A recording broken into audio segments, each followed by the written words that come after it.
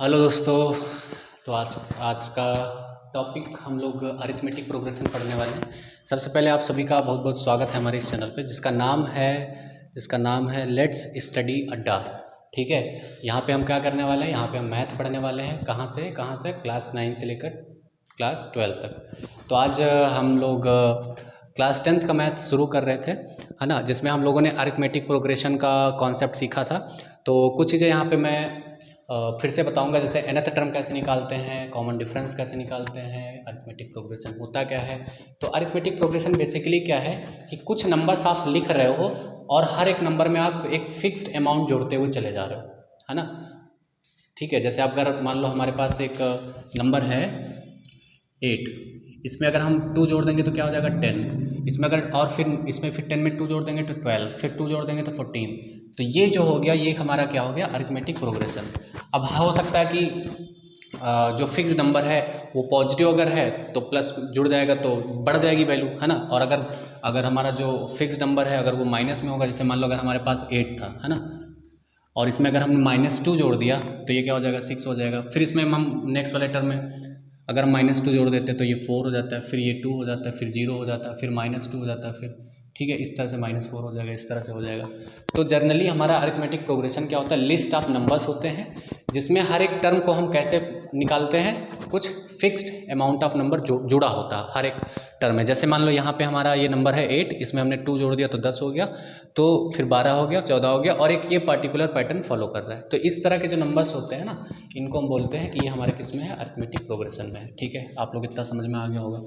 उसके बाद फिर जो है हम लोगों ने निकालना सीखा था कि सर हमारे जो AP होगी उसका कुछ जर्नल टर्म इस तरह से लिखा होगा कि पहला टर्म A1 होगा, दूसरा टर्म A2 होगा, तीसरा टर्म A3 होगा, डॉट डॉट लास्ट वाला जो टर्म होगा, अगर उसके अंदर n टर्म है तो लास्ट वाला टर्म an होगा। और an कैसे हम लोग निकालते थे, an निकालते थे a plus n minus 1 into D. इस तरह से हम लोग an निकालते थे, जहाँ पे a क्या होता था, फर्स्ट टर्म होता था। ठीक है, an क्या होता था, फर्स्ट टर्म होता था। d क्या होता था, इनके बीच का जो कॉमन डिफरेंस।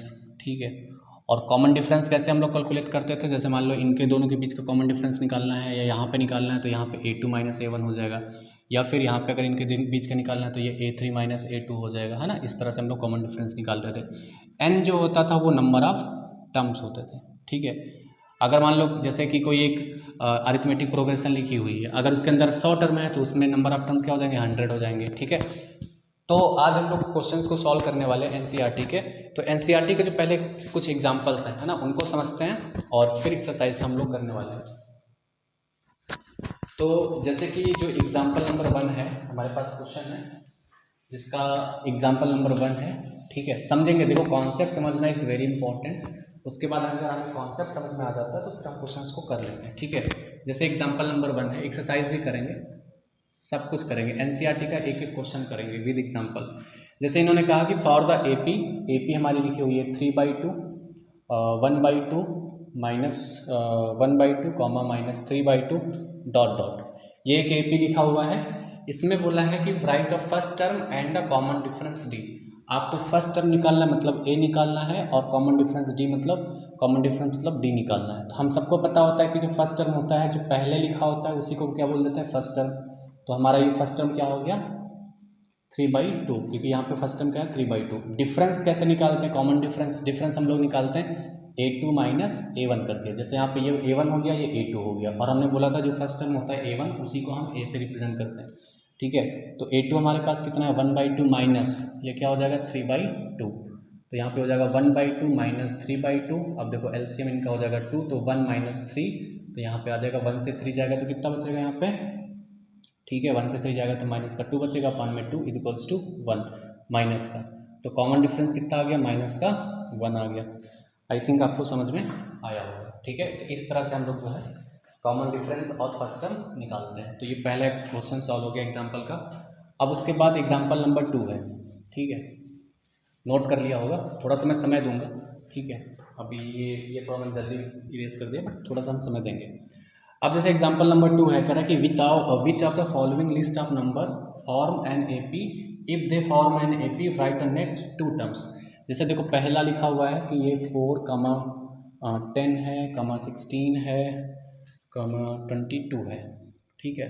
तो इसमें से क्वेश्चन में बोला गया है कि बताओ कि जो ये लिस्ट ऑफ नंबर्स हैं, है ना, लिस्ट ऑफ नंबर्स, एपी क्या होता है, लिस्ट ऑफ नंबर्स, जिसमें हर एक नंबर में कुछ एक फिक्स्ड अमाउंट ऑफ नंबर जुड़ा होता है, ठीक है। तो इसमें बोला कि बताओ ये जो लिस्ट ऑफ नंबर्स लिखे हुए हैं ये एपी में है कि नहीं है। तो अब हम सबको पता है कि एपी में होने के लिए क्या होना पड़ता है कि इनके बीच का जो डिफरेंस है वो क्या होना पड़ता है, बराबर होना पड़ता है। डिफरेंस निकालते हैं पहले, डिफरेंस यहाँ से इन दोनों के बीच का डिफरेंस निकालो तो क्या हो जाएगा 10 - 4, तो आपके पास ये डिफरेंस आ गया, 10 से 4 गया तो 6 बच गया, ठीक है। अब यहाँ पे भी आपका डिफरेंस क्या होना चाहिए, सेम होना चाहिए। तो हम लोग यहाँ पे क्या करेंगे 16 की कैसे निकालेंगे, 16 - 10 करके। तो यहाँ पे भी आपका डिफरेंस क्या आ जाएगा, 6 आ जाएगा, है ना। यहाँ पे आप निकालो, यहाँ पे डी, देखो ये A1 हो गया, ये A2, ये A3, A4, तो यहाँ पे क्या हो जाएगा A4 - A3। A4 कितना है आपके पास, A4 है 22 और A3 कितना है 16। तो यहाँ पे कितना हो जाएगा, यहाँ पे 12 से 6 गए 6, ठीक है, और यहाँ पे 1 से 1 चला गया तो 0 होगा। तो यहाँ पे भी आपका डिफरेंस क्या हो जा रहा है, हर जगह सेम आ जा रहा है। तो आपका यहाँ पे लिखोगे here the difference is same everywhere, so this list of numbers are in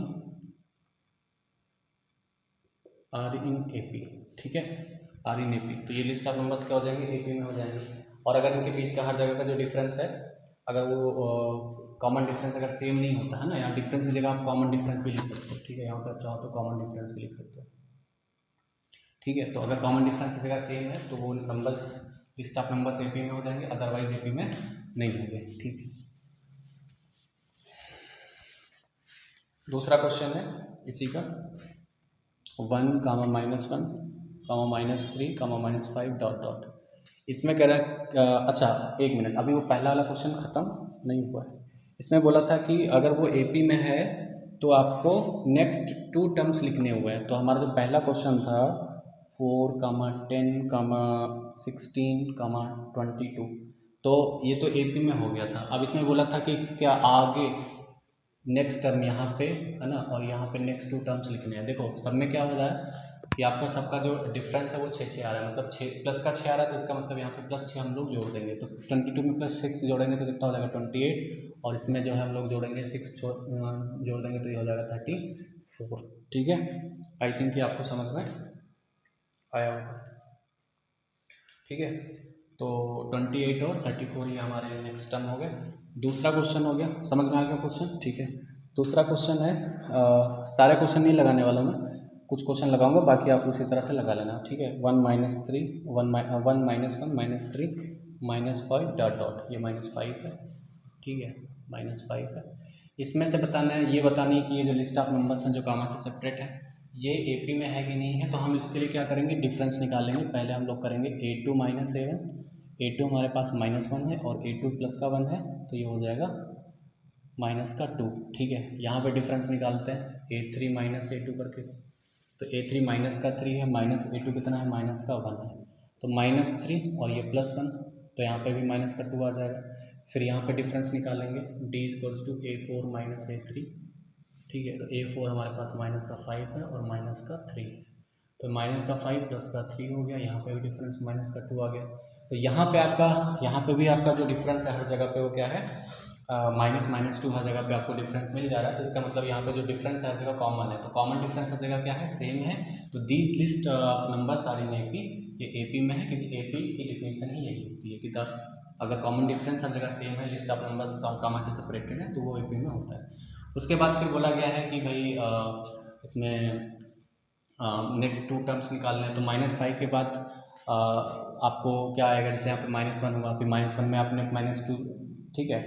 तो अब यहाँ पे जैसे मान लो यहाँ पे क्या हो जाएगा, दूसरा तरीका मैं बता देता हूँ। जैसे यहाँ पे ये 1, 2, 3, 4 हमें A5 निकालना है और A6 निकालना है, तो ठीक है। तो D बराबर क्या हो जाएगा, D बराबर हो जाएगा, जैसे यहाँ पे बात करें तो A5 - A6, है ना, आपको दिखाना पड़ेगा। तो ये दिखाएंगे कैसे, यहाँ पे लिख देता हूँ, थोड़ा सा ऊपर लिख देता हूँ। D बराबर हो जाएगा A5 - A4, तो D की वैल्यू -2 है, A5 हमें नहीं पता है, और A4 हमें पता है माइनस का 5 है, तो माइनस का 2 और यहाँ पे माइनस का A5 हमें निकालना है जो कि, और ये जो है ये प्लस का 5 हो जाएगा, इधर आएगा तो माइनस का 2 माइनस का 5 हो जाएगा, तो A5 की वैल्यू आ जाएगी माइनस का 7। ठीक है, इसी तरह यहाँ पे हम लोग निकालेंगे A6, तो इसके लिए D बराबर क्या हो जाएगा, A6 माइनस A5। तो ये D बराबर A6 हमें नहीं पता है, D की वैल्यू हमें पता है -2 है, और A5 अभी हमने निकाला -7, तो ये -2 इक्वल्स टू A6 प्लस 7, तो 7 इधर आएगा तो माइनस का हो जाएगा, जो कि हो जाएगा माइनस का 9। ठीक है, तो इस तरह से आपका, सॉरी ये हो गया आपका A6। तो आई थिंक कि आप लोग को इस तरह से समझ में आ गया होगा। ठीक है, तो ये 2 एग्जाम्पल थे, दोनों हमने सॉल्व करे हैं, शायद 2 के अंदर और भी बहुत सारे क्वेश्चन हैं, आप उनको सॉल्व कर लेना। अब जो नेक्स्ट क्लास होगी उसके अंदर हम लोग एक्सरसाइज के क्वेश्चन सॉल्व करने वाले हैं। तो आई थिंक आपको समझ में आया होगा, कॉन्सेप्ट वाइज समझ में आया होगा। तो अगर आपको समझ में आया है ना, और अगर कोई चीज़ नहीं समझ में आई है मान लो, तो आप कमेंट में हमें करके पूछ सकते हैं, और प्लीज़ चैनल को सब्सक्राइब कर लीजिए, जिससे हमें मोटिवेशन मिलता है कि अगर सब्सक्राइबर हमारे बढ़ते हैं, बच्चे पसंद करते हैं। ठीक है, अगर आपको कोई चीज़ नहीं पसंद आ रही है, आप कोई फीडबैक देना चाहते हैं, तो आप वो भी लिख सकते हैं, हम उसको इम्प्रूव करेंगे। ठीक है, क्योंकि परफेक्ट कोई इंसान नहीं होता है, सब में कमियाँ होती हैं, उन कमियों को हम कम कर सकते हैं, ख़त्म भी कर सकते हैं। कभी कभी कम करने पे ही हमें रिजल्ट मिल जाता है, कभी कभी ख़त्म करने पे। तो ठीक है, आज हम यहीं तक करते हैं, नेक्स्ट क्लास के अंदर हम लोग एक्सरसाइज करने वाले हैं, जो एक्सरसाइज हमारी है 5.1। ठीक है, थैंक यू।